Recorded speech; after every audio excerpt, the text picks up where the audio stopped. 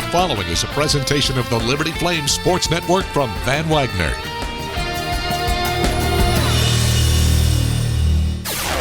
Welcome to the Liberty Flames Clubhouse Report from Van Wagner on the Liberty Flames Sports Network.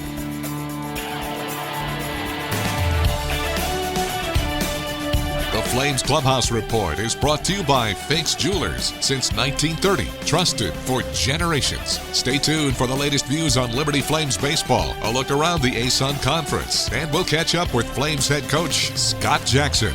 Now, here's the voice of Flames baseball, Nick Pierce. Hello once again. Welcome to another edition of the Liberty Flames Clubhouse Report as we come to you this week from Fort Worth, Texas, where the Flames baseball team is this weekend to start a three-game series with the TCU Horned Frogs on Friday night at 6:30 local time, 7:30 Eastern, and we're certainly excited to be in the Lone Star State here this weekend. Coming up on this week's show, it will be the head coach of the Flames, Scott Jackson, joining us for our weekly conversation. Also, we'll sit down with Flames left-hander, reliever Fraser Ellard, who got his Flames career off to a brilliant start last Friday, 3 scoreless innings and a save against Campbell on opening day. So look forward to catching up with Fraser and with Coach Jackson here on this week's Clubhouse Report. As we look ahead here to the weekend, big challenge coming up for the Flames. TCU ranked 14th in the country, and the Horned Frogs were preseason number 10. They got off to a little bit of a rough start in the tournament down at Globe Life Field in Arlington on opening weekend. They lost on opening day to Ole Miss 7-4. Got a win against Mississippi State and then let a late league getaway against Arkansas on Monday. Lost that game 4-1. Then they turned around on Tuesday and pounded Texas Southern 20-0. Obviously, the level of competition went down there a little bit for TCU, but still, when you put 20 runs up on someone, I don't care who you're playing, that's pretty impressive. So the Horned Frogs and the Flames hoping that they are primed here for this weekend series. A little similar situation for Liberty as the Flames won on opening day at Campbell last Friday, then lost on Saturday a 17-3 ball game, and then lost a one-run ball game 3-2 on Sunday after letting a late lead get away in that one. Flames then turned around on Wednesday and pounded North Carolina A&T in their home opener 16-2. Liberty with a couple of home runs in that game from Logan Matthew. It was good to see him get going with a couple of hits, a couple of extra base hits in his first 2 at-bats after a slow start over the weekend. Josh Haney, really nice job filling in at second base for the Flames. 3 for 5 with a home run against A&T on Wednesday. He is the guy at second base as long as Will Wagner is going to be on the shelf. We don't know for how long, but Wagner suffering the effects of a hamstring pull that he re-aggravated after going through that in the preseason. Wagner did not play on Wednesday. He is day-to-day here this weekend, but he's here in Fort Worth, and the Flames certainly hope to get him back in the lineup as soon as possible. Brandon Rohrer, for those who watched the game on Wednesday, know that Brandon was hit in the face by a fastball in his first at-bat. Took a fastball off the bridge of the nose. Initial reports indicate that nose is broken, but fortunately that's the extent of the injury to Brandon Rohrer. He will not play here this weekend, but Brandon certainly hoping to get back out there as soon as he can, and we're just all thankful that he was able to walk off on his own because that was a really scary sight in the second inning on Wednesday night. We can also tell you that since arriving in Texas, the power is on and working pretty much everywhere we've been up to this point. Of course, a very unfortunate situation that all Texans had to go through last week with the deep freeze here and the mass power failures, but a lot of folks starting to pull themselves out of that. The weather's warmed up a bit. We'll be dancing around some showers and thunderstorms this weekend. Had a heavy thunderstorm here last night after the Flames wrapped up practice over at Lupton Stadium on the TCU campus. But Game 1 still on for 7:30 Eastern start on Friday night. And then Game 2 coming up on Saturday at 3 p.m. Eastern, and then a 2 p.m. Eastern start on Sunday. It'll be a big test for Liberty. TCU picked second in the preseason poll in the Big 12 Conference, a ball club that's been to the College World Series 5 times under their current head coach, Jim Schlossnagle, who's been here for 17 years now and is one of the winningest active coaches in all of college baseball. TCU, an embarrassment of riches on the pitching staff, particularly with their bullpen. The Horned Frogs got probably 8 or 9 super seniors back on their ball club this year. And some of those guys that they thought might go in the draft as well are back now. The bullpen is very experienced. Starting rotation, 3 arms that'll all throw 90+, including the Friday night starter, Johnny Ray, who was up to 98 last week against Ole Miss. Now, he got a little squirrely after that. Walked a couple of guys, gave up 4 runs in the second inning. So we'll see how that plays into the hands of the Flames, who do like to work counts. May have to wait this guy out a little bit. I don't know. We'll see if he can make some adjustments and be a little bit more fine in his second start. Trevor DeLate on the mound for Liberty in Game 1 coming up on Friday night. DeLate really good in his first start. 4 innings, only 1 run allowed against Campbell last Friday night. So DeLate, the lefty for the Flames, Ray, the righty for the Horned Frogs in Game 1. Should be a great matchup. Well, we're just getting started here on this week's Liberty Flames Clubhouse Report. We'll go ahead and take a break. When we come back, we will chat with Flames left-hander Fraser Ellard, get his thoughts on the TCU series coming up here, and also get to know Fraser a little bit more, one of the newcomers on this Flames ball club this season. You're locked into the Liberty Flames Clubhouse Report presented by Fink's Jewelers from Van Wagner on the Liberty Flames Sports Network. Back-to-back Cure Bowl champions. Explode! The Flames won! Ranked 17th in the nation. Wins over Virginia Tech and Syracuse. The Flames wrap up the Hokies. Flames Nation, we're just getting started. Be at Williams Stadium this fall for Liberty Flames football. Head coach Hugh Freeze and the Flames are looking to win their 3rd straight bowl game. Season tickets start at just $70, a savings of 51% from single game prices. Get yours now at lufootball.com. Hi, I'm Carly. And I'm Timmy. And we're members of the Flames Kids Club presented by Chick-fil-A. And for only $25, kids 12 and under can become a member too. Being a member of the Flames Kids Club is so cool. Club benefits include getting into games for free and invitations to member-only Chick-fil-A celebrations. More information about the Flames Kids Club presented by Chick-fil-A is available at libertyflames.com. Go Flames!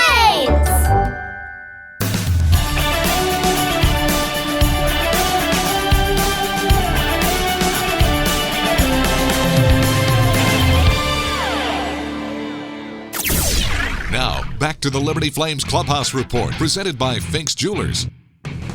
Welcome back to this week's edition of the Liberty Flames Clubhouse Report. My name is Nick Pierce. Still to come, we'll visit with the head coach of the Flames, Scott Jackson, here in just a little bit. Flames are on the road this weekend again. Liberty taking on TCU in a 3-game set. And a pleasure now to be joined by Flames pitcher Fraser Ellard. Kind enough to give us a few moments here for us. Left-hander was spectacular in his debut last week. 3 scoreless innings, 3 strikeouts, only 2 hits allowed, and a save at Campbell on opening day. Fraser, congratulations on that. And, man, what a debut. How excited are you to be at Liberty? Thank you. Yeah, great to be on. Super excited. It's hard to describe the process and everything that went into it, but being here for the fall and being here so far the start of the spring, incredibly happy with my decision. Coach Jackson, Coach Williams are great coaches, great people. I'm loving the team. So yeah, I'm excited for where I'm at. I'm excited for what we're going to do. And we got a lot of baseball ahead of us and it's going to be super exciting. So I'm pumped. Let's go back to last Friday night. You came into the ball game in the 7th inning. Will Wagner had just homered. So it was 4-1 at that point. And it's a cold night. How prepared were you at that point? Did you feel like you were loose and you had your stuff with you? Or were you just like, man, I'm ready for some 80-degree weather here? Well, being somebody from down south, I love 80-degree weather.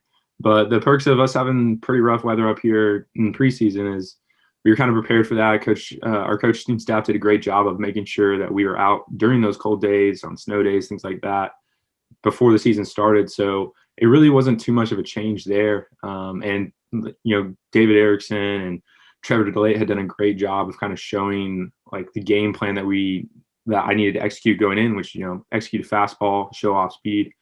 And so I felt really confident in the game plan. I felt really good with where we were at there. And thankfully I was wearing, long sleeves, had a nice big park on. So I was ready to roll, ready to go in the game. Flames left-hander Fraser Ellard joining us here.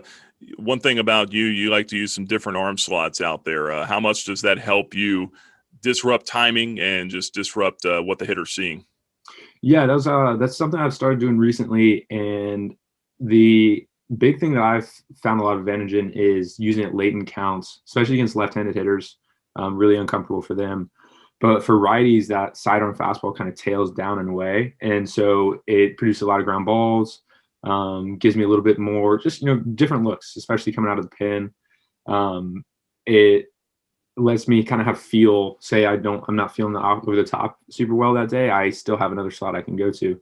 So it's giving me a lot of success, and it's pretty unorthodox, but I really enjoy it. You mentioned coming here to Liberty and Coach Williams and Coach Jackson and the relationship there playing a big part in it. How did you find out about Liberty, going to Lander at first and graduating there, obviously, with the management marketing degree, and then coming to Liberty? How did you figure out that this was something you wanted to do? I figured it out very late. So I, obviously with COVID and everything, our season got cut short at Lander. And I was just kind of dead set, like, all right, I'm probably going to be done with baseball. I'm 22 years old, kind of need to start finding a job if I don't get drafted or anything like that, which, 5 rounds wasn't really in the cards. And then the draft came around and signing and everything came around. And I just remember sitting in the living room with my mom. I was like, man, I just can't let it end like this. I'm so close. Like, I want to give it another shot. Coach Williams had been such a good resource. He'd helped me out a little bit with the draft stuff, but then he'd also told me, like, Fraser, if that doesn't happen, if you do want somewhere to play, like, we're going to give you time. We're going to let you decide. Like, we're not going to try to rush you, say, hey, we need a decision within 5 days. And then we can, like, just take your time, figure out if it's something you really want to do. Like, we want you to be a Flame. And so him giving me that space was really big, and it just showed confidence in what they were about. Whenever a coach is pressuring you to say, hey, let's commit, like, we need you, it means that they're not confident in what they bring to the table, and they're not confident that you were going to trust them. And so him putting that in my court really spoke volumes about what they're about as a coaching staff, how they go about their guys. And so honestly, that was kind of the tipping point for me. I was like, all right, if I'm going to go somewhere, it's going to be Liberty. Yeah, and I'm sure going through that recruiting process essentially again was probably tough for you, but having gone through it once before as a freshman and then going through it again as a graduate transfer, was it a little bit different? Did you kind of have a better, mature idea of what you wanted? Yeah, for sure. Coming out of high school, I was more of, okay, like, how much scholarship money can I get? How do they want me to be a weekend guide? And this go round, I wasn't really asking for, like, okay, what role am I going to be? I wasn't asking how much money I was going to get. It was more of, is this a winning culture? I want to speak to some guys that are actually on the team. It was actually kind of crazy. Gray Bett's older brother goes to my old school. And so I got to talk to Gray about what he thought of the culture and the staff. And he said, man, like, if you come here, you are going to love it. And he's not wrong. And so getting some perspective from more than just, the coaching staff, or for more than just, like, stats and things like that, was really nice. And I think anybody that's going through the recruiting process, talk to guys that are on the team, and really get, like, an answer from them. And Gray spoke volumes about everything that they are about at Liberty. And so that was kind of one of those nails in the coffin too, of, all right, like, this is the right thing. Flames left-hander Fraser Ellard joining us here on the Flames Clubhouse Report. Last couple of things here. Getting ready to go to TCU here this weekend. Obviously wanting to get back on the winning track after dropping 2 of 3 last weekend at Campbell. But, boy, it doesn't get any easier, does it? I mean, TCU, number 10 in the country, just played some tough competition last weekend down in Arlington. What's the mentality and what's the excitement level for this team to go down there and face one of the better teams in the country? Yeah, they're incredibly talented, really, really good team. I think the overall attitude in the clubhouse right now is just, man, like, we're ready to get after it again. We obviously were disappointed after Campbell. We thought that there were some things that, like, we could have walked away with a couple more. And so going into TCU, we're kind of just pumped to get back at it and really excited to play a team that is so good. It's kind of one of those, like, benchmarks, like, all right, this is where you test your mettle.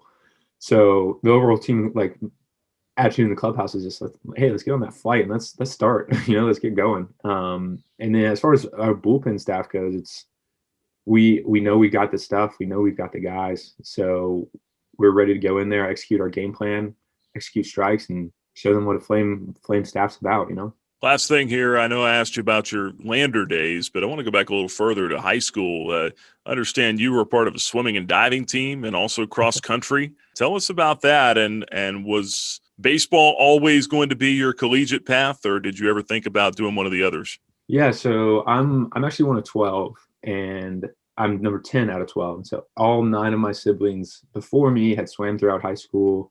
Most of them gone to college for swimming or track and field or diving, something like that. And so growing up, I was like, all right, well, I guess I'm going to be a swimmer. And then when I got to 14, started playing travel ball for the first time. I was like, I don't know if I want to be a swimmer, but kind of stuck through it. I did love diving, but throughout cross country, diving, whatever it was, I knew where my real passion was. I knew where my real commitment was. So yeah, those are definitely like fun things to do. And if you meet anybody in my family, you understand we just love to compete. Super, super competitive family. So anytime that I could, I would do something, do whatever sport I could get my hands on. But at the end of the day, baseball was always that, like, in the back of my head. How can I get better today for baseball? Man, 10 out of 12. I did not know that. So you guys could organize your own league almost in the backyard, right? Oh, yeah. Lots of basketball games, lots of spike ball games. We lots of volleyball, too. So, yeah, we have a good time. Good stuff. Fraser Ellard joining us here on this week's Flames Clubhouse Report. Appreciate the time. Good luck coming up here at TCU this weekend. Thanks so much, Nick. All right, stick around. Coming up next, we have got our one-on-one conversation with the head coach of the Flames, Scott Jackson, presented by Beacon Credit Union. You're listening to the Liberty Flames Clubhouse Report from Van Wagner on the Liberty Flames Sports Network, presented by Finks Jewelers. This broadcast of Liberty Flames Athletics is brought to you in part by Beacon Credit Union. Beacon Credit Union is a full-service financial institution offering a wide range of products and services. Having served Lynchburg and the surrounding area for over 75 years, our vision is to be the premier provider of quality financial services, a leader in our community, and the most progressive financial institution in our field. More information on Beacon Credit Union and all your banking needs is available online at mybcu.org. Equal housing lender, member NCUA.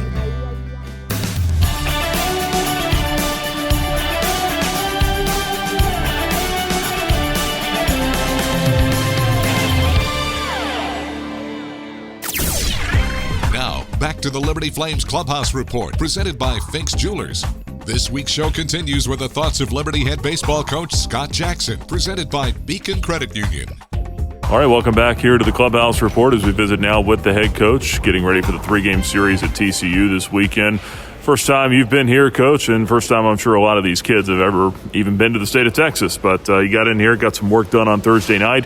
How'd you like what you saw? Yeah, no, a lot of energy. I mean, obviously, it was a quick turnaround for us getting off the field last night, playing A&T, and just turning it around pretty quick and getting out of Lynchburg and down here. So, yeah, I mean, the kids, anytime you go play at a school like this, there's going to be energy. The kids will be excited to play. So we need to get our rest and be ready to go.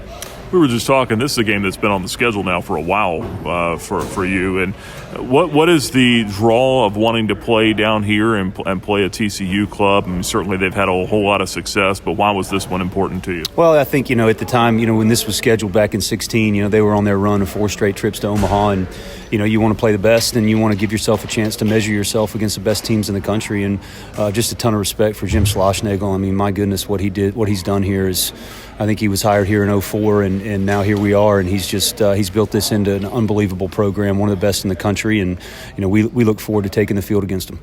Yeah, they do it with pitching, but then they can also hit the ball as well. I mean, they put 20 up the other night. They only hit 1 home run in the process. I mean, they've got some really good hitters up and down that lineup, don't they? Yeah, no, I spent most of the afternoon once we landed here and got in the hotel and just flipped the computer on and just watched them, what they've done so far. Obviously, they faced some unbelievable competition, over at the Rangers ballpark in Mississippi State and Arkansas and Ole Miss. So, for them to come home and be comfortable here and do similar things to what we did last night, that speaks to obviously the length of their lineup and what they can do. And just watching them on video, yeah, it's tough. I mean, they've they've got really good hitters that know what they're looking for and really good approach. Very patient, almost similar to us in some ways. So we'll look forward to getting out there. I mean, I love Trevor DeLate matching up against him, and hopefully he can get us off to a good start and we can rock and roll from there. We'll match up with Johnny Ray there on Friday night. Tell me about their starting pitching rotation here for the weekend, then we can kind of get into the bullpen. Yeah, Johnny Ray's a big arm. He'll run it up to 98, and good changeup, slider, cutter, and curveball as well. So there's a lot of looks there. Our hitters are going to have to be disciplined. Obviously, it's a lot of velo, and you got to kind of let him do the work and see the ball down. They'll go with Russell Smith on Saturday with a really good angle from the left side. It'll be a big challenge for us with our left-handed hitters. He really does a good job to his glove side and can really do some things to extend that outer half of the plate. So those first two looks will be very tough for us. And then there's Austin Krob on Sunday, who threw really, really well for them this past weekend against I think it was Arkansas. So just a lot there. Obviously the caliber of their pitching and what they can run at you, and it's up to us to just be patient and give ourselves a chance, not be too aggressive with big arms like that, and give ourselves a chance to get in good counts and hopefully get a ball in the zone that we can turn around. Yeah, Coach, they've got a really good bullpen as well. I mean, guys that have been in big spots throughout the years.